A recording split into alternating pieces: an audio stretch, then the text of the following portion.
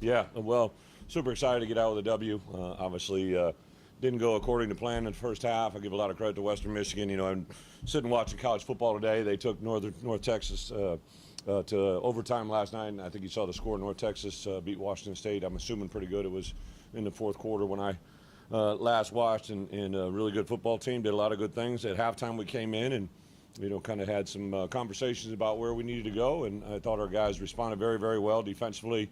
At the end of the half, there to make that stop was huge, and then offensively, I think we scored the next 3 times we had the ball. So, what we got to do is find out how to get them rhythm in that first half. I grabbed Luke at the end of the game there and just said, "Hey, whatever we got to do, however we need to do it, make sure we get our, not just the players but the coaches. Let's figure out what we need to do to be better in the first half." So, I think. Injury-wise, I know Xavier, I think he just at the end, Melvin a little bit at the end, but I don't expect anything there. J-Bo, we did lose him in the first half there, so I don't know exactly where we're at with him. I do think Aiden Lawfrey and Dylan Rosiak, on Wednesday we ran them. They just weren't right where we needed to be, and then Thursday we kind of ruled them out. I do expect to have them back this week against Indiana in a Big Ten matchup game. We're super excited to get over there and see where we're at. With that, open it up. I just want to say thank you, Larry Geese. Had a lot of special memories over the last couple of days. Just an awesome person that, it sounds crazy, right, to give $100 million, and that's obviously an awesome thing in itself. But what I've just been blown away is the things that he gives personally, right? His time, his mentorship with our players, his care, his obviously says a lot of great things about Josh. I don't think that gift ever happens if it wasn't for Josh Whitman and his relationship with Larry Geese, and to have $100 million jump on our stadium and everything else that Josh and his crew will put together just speaks volumes of where this program was at. I think to come out there at the start of the game and to know we're playing Western Michigan and to see the crowd the way it was and to see them respond was absolutely awesome. The great thing about being here right now is it's starting to be really good, but I think it's just scratching the surface how good it can be. So really excited about that moving forward, and thank you, Larry, for that opportunity. With that, open it up. Like you flipped a switch at halftime. Is there something you can do this week in practice just to make sure you come out strong? I think we got to learn from our opportunities. I'm going to take a glass half full rather than a glass half empty. The good news was we responded really well in the second half, and what was our stat, Brett? We're 80 to 9 in the second half. Obviously, we got to improve in the first half, but really excited about our growth at the halftime and what was that moment and how we responded to it. You guys in rhythm offensively? Yeah, for sure. Offensively, there was just we were huddling a lot in the first half. I think to go to the line of scrimmage, it seemed we were playing with some tempo. There were some fast-paced things out there. I think that definitely was a big part of it. And then defensively, we kept coming up with the answers. So it was kind of 3 and outs. Had a nice punt return there that kind of seemed to get everybody going as well. With Luke, it looks like RPOs, he's really comfortable in what he's reading with. Is that something you think you guys can continue to unlock with him and within your offense? Yeah, I think a little bit you have to, take what the defense gives you. But on the same account, Luke's a really intelligent player. He's an accurate ball placer. I think he can do some things at the line of scrimmage once he's in rhythm.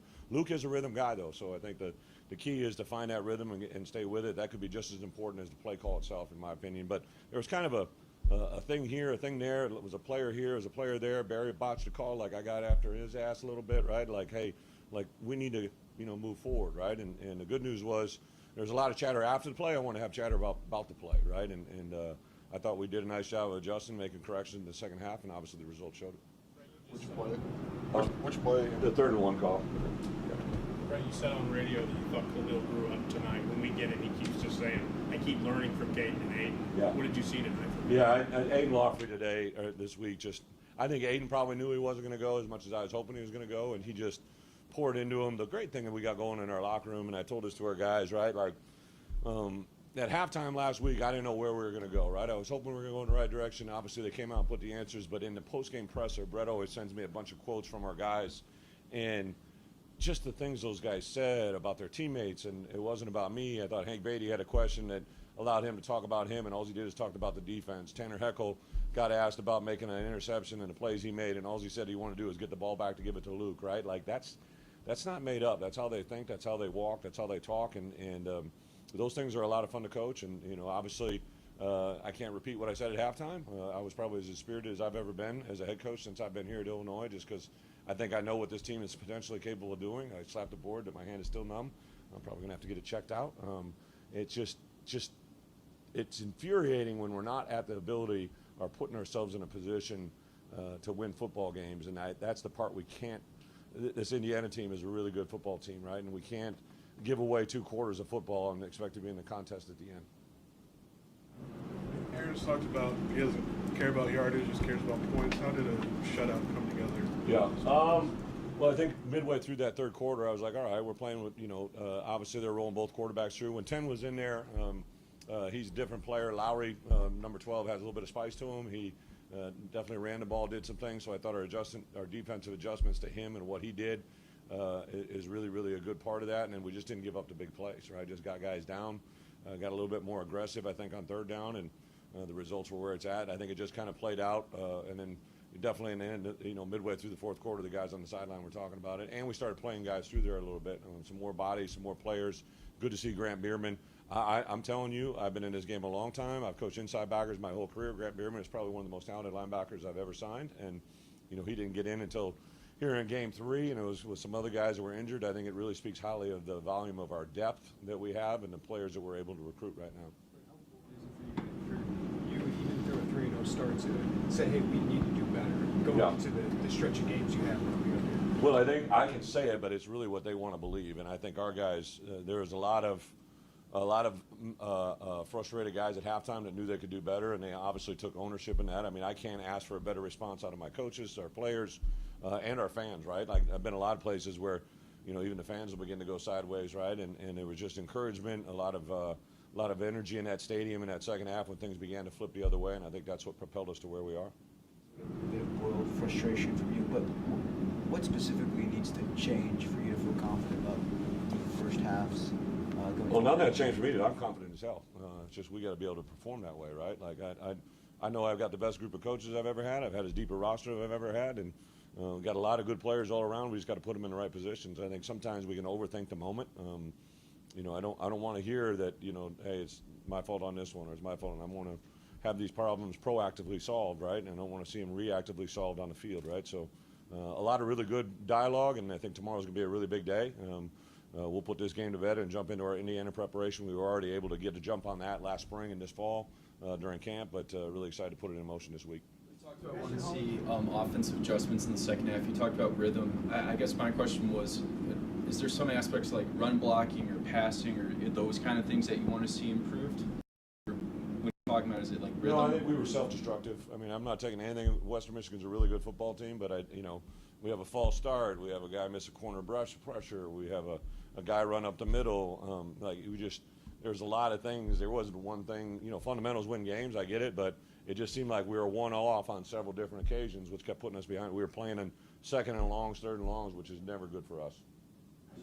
Show you something in practice where you say, well, maybe this is a guy that can help us make some plays? No, Ashton Hollins has shown us what he's been able to do since he got here. He just took advantage of the opportunity today. Those are 2 great routes back to back. I think Luke has always had a connection with him. Sometimes practice, but then when J-Bo's been coming along really nice. I don't know how big his injury is, but then Malik got in there. But then when we rolled Colin Dixon over there to X as well, and then when Colin was over at Z to roll Ashton in there, and there was one time I think and him were both in there at the same time with Kapka, so there was a lot of guys rolling through there. But bottom line, scored a lot of points, got a W, looks good from everybody on the outside world. We'll see where we're at injury-wise on Monday and go from there. You talked about Khalil had a moment at Duke that you thought was kind of that moment. Yeah. Was tonight similar for Caden to get going a little bit? He seems like a guy who, after a couple of games, really gets some rhythm. Yeah, once I knew Aiden wasn't going, we kind of knew offensively he was going to carry the workload, and there's a little moment in pregame where we go to team, and I always, in my career, I've always grabbed the running back when he runs that play, and I just grabbed him and I said, today's your day. I think today will be a day we look back on and you feel that you could put the team on your back, and it's kind of ironically how it happened in that third and fourth quarter. And Khalil comes in there and has a nice change of pace, but Caden Fagan, I thought this week began to show some things that you'd seen him kind of get close. There was a play last week where he could have just pulled his leg through, and then today there were several of those I thought he did, and then he just listen, you got a business decision when you're going to make a tackle on him, right? Like, you don't know if you're going to go high or low or jump on his back or fall down, but he's a really big power with a lot of great attitude and really good upside. Thank you, guys. Thank you. Appreciate it.